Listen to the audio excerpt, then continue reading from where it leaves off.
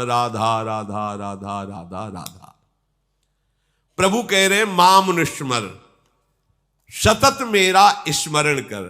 अब इस बात पर ध्यान देते हैं कि स्मरण हमारा सतत क्यों नहीं होता। स्मरण तीन तरह से होता है।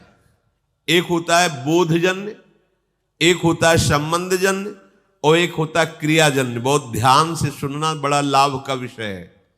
भगवान का आदेश है तस्मात् सर्वेषु कालेषु माम अनुस्मर, मेरा बार बार स्मरण करो। स्मरण तीन प्रकार से होता है। एक होता है बोधजन्य, एक होता है संबंधजन्य और एक होता है क्रियाजन्य। जो बोधजन्य स्मरण है इसमें भजन करना नहीं पड़ता।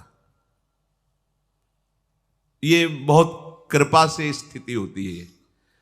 एक बोध संबोधन है स्वरूप का, आत्मस्वरूप का बोध, ब्रह्म बोध संपन्न महापुरुष कहा जाता है, आत्मस्वरूप। और एक बोध शब्द होता है इस बात का अनुभव हो जाना कि मैं श्यामा श्याम की हूं, श्यामा श्याम मेरे हैं। मतलब ये कहने सुनने की बात नहीं रह गई, उसके हृदय में बैठ गया है। जैसे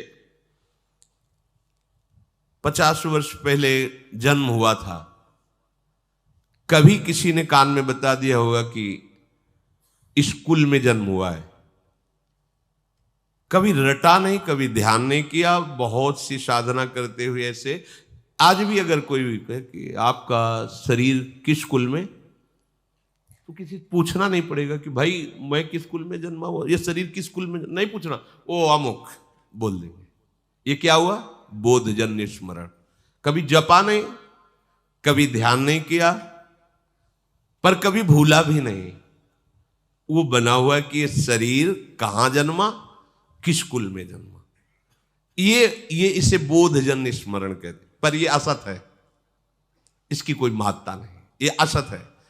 ऐसे ही गुरु कृपा से हमारे हृदय में बात बैठ गई कि अरे मेरे असली आश्रयदाता तो श्यामा श्याम है, मैं भूल कर भटक रहा था संसार के संबंधों में।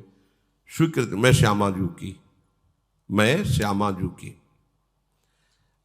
अगर ये बात अंदर बैठ गई है गुरु कृपा से, तो कैसी भी परिस्थिति हो आप देखना, इसकी पहचान है।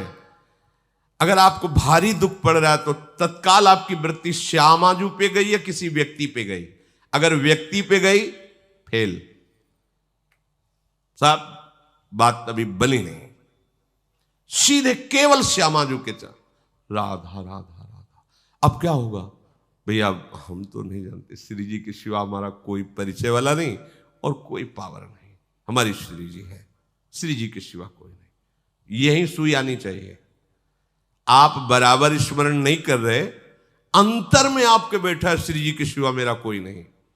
भारी सुख की वृत्ति है, किसी व्यक्ति पे सुई नहीं जानी चाहिए कि ये बड़ी कृपा की, ये ला करके वस्तु दी, ये इतने रुपए। अगर ऐसे गई आपके चिंतन की धारा, गई, सब गड़बड़ कर दिया। भारी से भारी अनुकूल या प्रतिकूल परिस्थिति में आपके अंतर की वृत्ति केवल श्यामाजू के, यह बोधजन्य स्मरण। अब स्मरण नहीं करना पड़ेगा, वो हर समय ठसक बली रहेगी। संबंध का दूसरा स्वरूप आता है स्मरण का। गुरु जी से संबंध हुआ, उन्होंने श्यामा श्याम से संबंध करवाया और हमने स्वीकार किया। अब हमें हर समय देखना है कि मैं तो प्रियाजू की बिकी हुई हूं, मेरा कोई अस्तित्व तो नहीं है। तनु वांग मनोभिर अमलई सोहम तवेवाश्रिता, इसमें संबंध जनित स्मरण आता है। संबंध से बहुत शीघ्र कल्याण होता है। जैसे मामा प्रयागदास जी की आप कथा सुने तो संबंध, मेरे राम जी जीजा और जानकी जी जीजी, ठसक, मैं उनका साला हूं, मस्त एकदम। कोई कहता कि अरे मामा कभी माला तो चलाते, तुम्हें देखते नहीं, किसका माला चलाएं? अरे मेरे बहनोई चक्रवर्ती सम्राट महाराज श्री राम और मेरी जीजी जानकी जी, अब मैं किसका माला चलाऊं? ऐसे गिरदा में से संबंध हर समय ठसक बनी हुई, मेरे प्रियालाल, मेरे श्यामा श्याम। हम लोगों का स्मरण इन दोनों में नहीं है, ना बोधजन्य है, स्वरूप बोध, संबंध बोध, दोनों में नहीं। तीसरे में है, वो भी बड़े भाग्यशाली हैं, क्रियाजन में।